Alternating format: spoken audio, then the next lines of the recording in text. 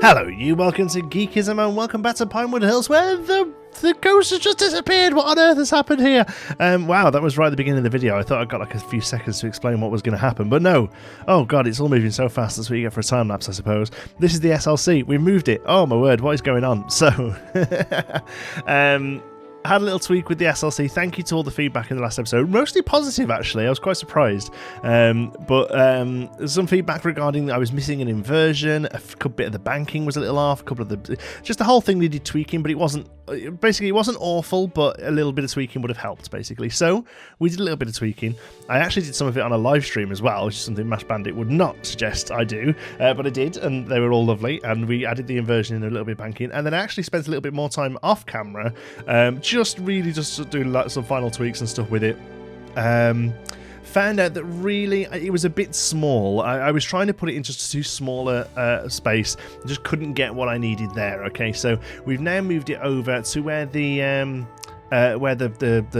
Knoebels style bobsleigh ride was. I liked it, but I never felt happy with it, to be honest with you. It seemed a little bit too high budget. It seemed a little bit too just out of place, but not in the way that I want this just SLC to sit out of the place, you know. So we moved it across to where it is. I still like the idea of sticking a crappy sort of 80s/90s steel coaster in this place. So I had a little think about it, and I thought, you know what would be perfect is a boomerang.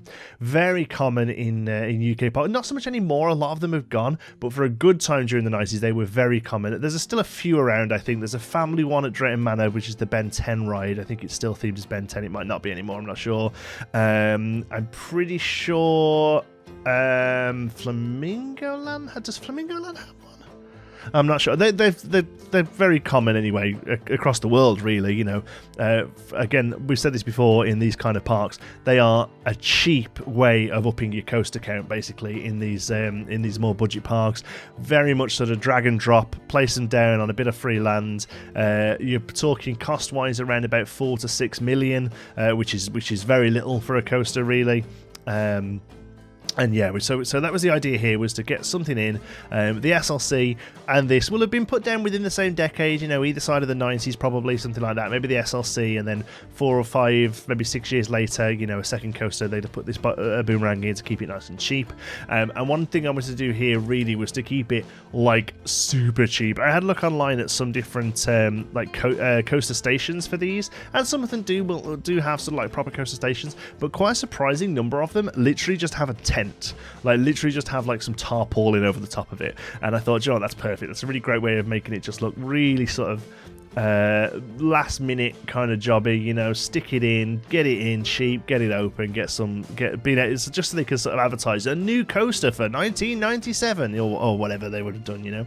And I like that. I like the idea of just having a real couple of bits of jank space, okay, because I think one thing we've got to remember with Pinewood is that it is a budget British park, and I think some of the work that we've done with the vintage pack has sort of brought the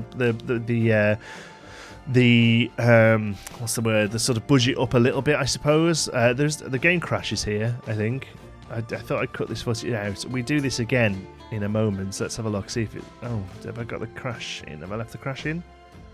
There it is. Okay, and I'm back. Okay, look at that. Yeah, just standard advanced move crash. The RAM fix did wonders, but it's still not perfect.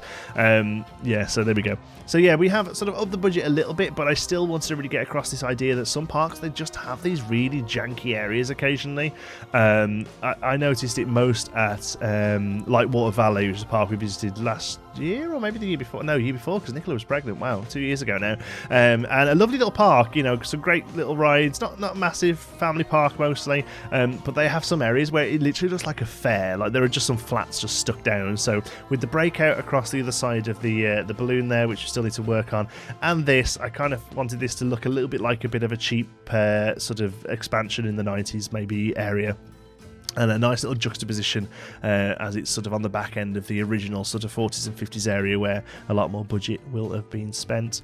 So yeah, we're putting in a tarpaulin on top of this. So talking then about the SLC, well, like I say, we've moved it across to the other side of the park. Again, an area where I wasn't really sure what to do with. It's just on the back of Mass Bandits area, so it kind of works time-wise because Mass Areas is very much sort of like late 80s, so this would have been like a next expansion, and we can tie this in, I think, with that crappy kiddie ride that we've got and sort of treat that as one area as well. But I'll be honest with you, Pinewood's in a little bit of a state of flux at the moment. I originally always had this really strong idea of doing a decade at a time and moving on, but I think limiting myself to that is making me struggle a little bit. So I'm going to kind of just sort of do what I feel is right, and then we'll work the lore around it. You know, we'll work the story around it as opposed to tying the building so much with the story. I think is probably a better way to go. I don't know.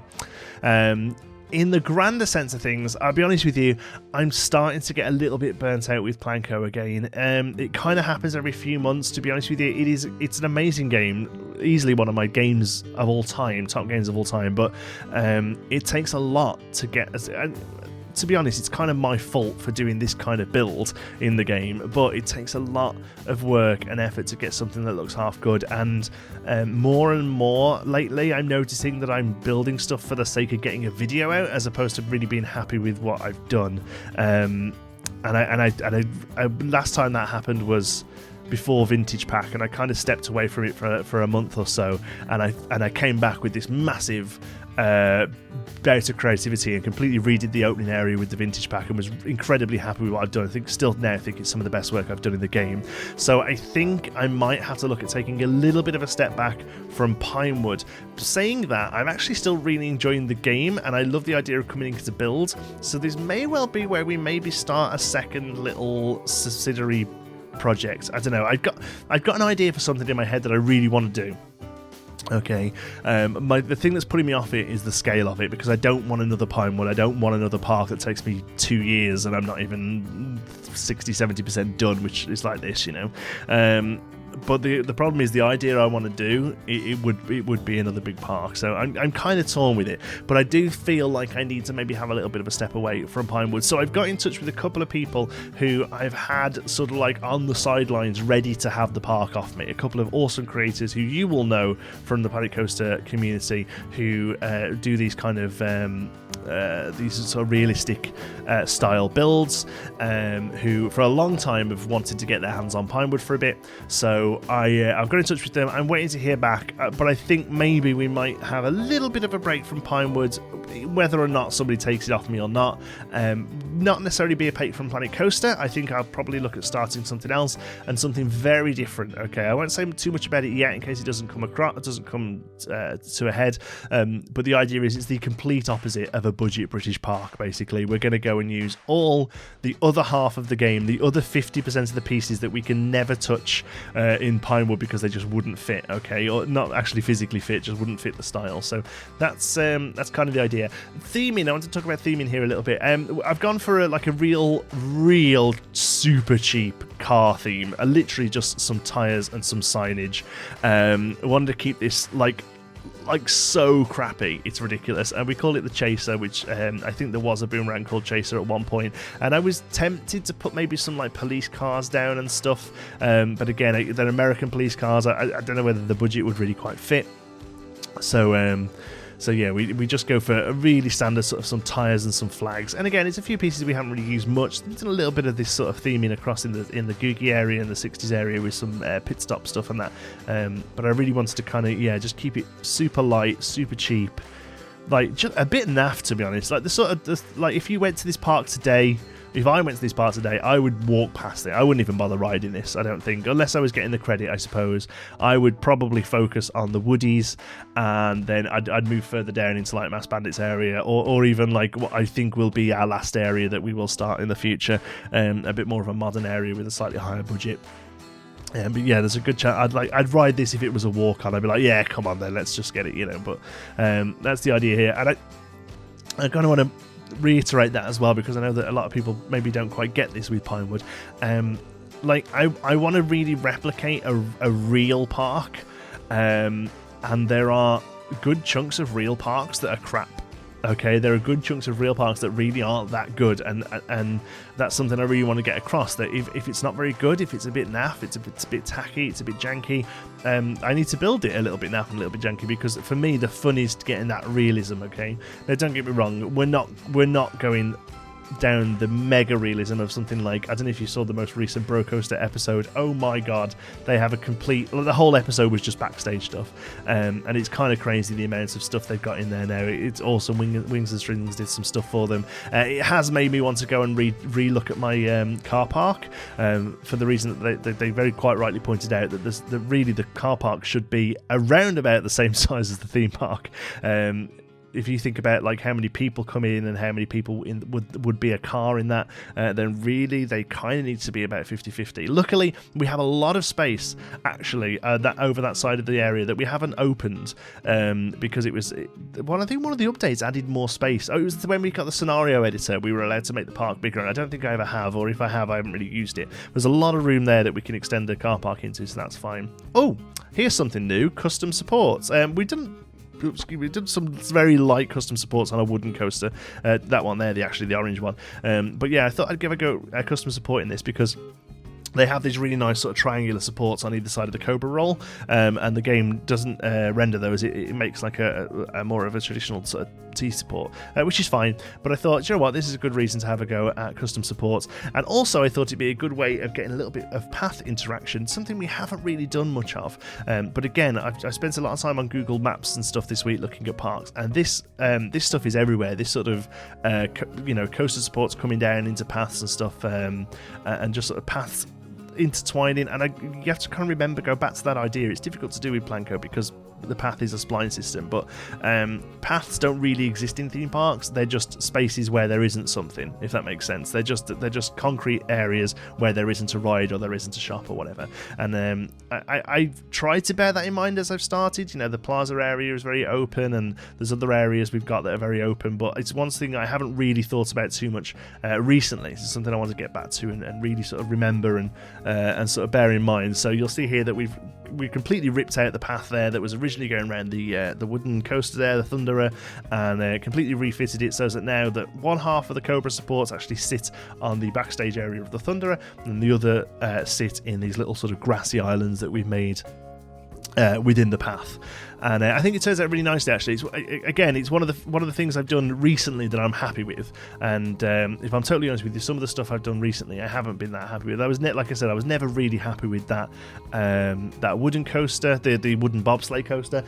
I kind of put it in because I thought it would do well on YouTube for a week or two, which isn't really, I mean, although it's good for the channel and people enjoy me building it and I enjoyed building it, I've got to remember that, you know, this is an ongoing project. This is a long-term project, that, you know, flavour of the month might not necessarily fit in with. Really, we were lucky with Vintage kind of fit this project down to a T.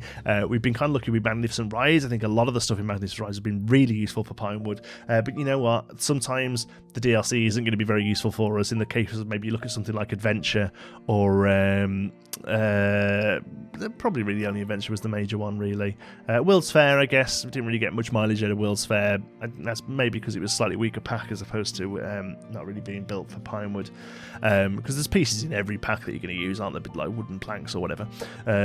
But yeah, for me, I think I've got to remember that, do you know what, I need to do what's best for the park in full, as opposed to necessarily what's going to get good views that week. You know, the channel's growing without me necessarily having to sort of fight the views. This is something that's going to come up in a video this week, actually. We'd hopefully hit 40k this week. We're a few hundred off at the moment, and unless something crazy happens, you know, the growth is relatively plottable, which is fantastic. 40,000 subscribers is ridiculous, really, to think in the grand scheme of things. That's a hell of a lot of people. To celebrate, I'm going to be doing a question and answer video, something I've threatened doing a couple of times now, but now I'm full-time. I feel like I've probably got the time to sit down and actually do it. So I've been asking for questions on Discord and on a community post that we put on YouTube. so check either of those out to if you want to ask a question. But I know that's one thing that's come up a little bit, is about the sort of future of Pinewood, the future of Planco on the channel as well. So I'll answer all of those a bit more in depth over there. There you go. It looks good, doesn't it? I think, do you know what? One thing I will say about the Boomerang, they're quite boring to ride. They look great. I think it's such a great looking bit of kit. Still some supports to do, obviously, around the rest of the ride. The ones it does on the lift hill are actually pretty spot on, so I'm going to leave them. We're just going to do the rest of them ourselves. Thank you so much for watching. Hope you've enjoyed it. If you have, you can give us a like. It really does help out the channel. And if you're not already, don't forget to subscribe. Any thoughts, queries, or suggestions, you can pop them down in the comments. If you fancy a chat, you can find me on Twitter. I'm at John T. Sparrow. If you'd like to join in with the Geekism community, you can do so over at our Geekism Discord server. You'll find the link for that in the description. Thank you very much to all of our patrons. They make these videos possible through their generous support at patreon.com/geekism. And don't forget to check out our affiliate links. Get yourself some cheap games and other goodies down in the description there, and help out the channel while you're at it. Thank you so much for watching. I'll see you in the next one.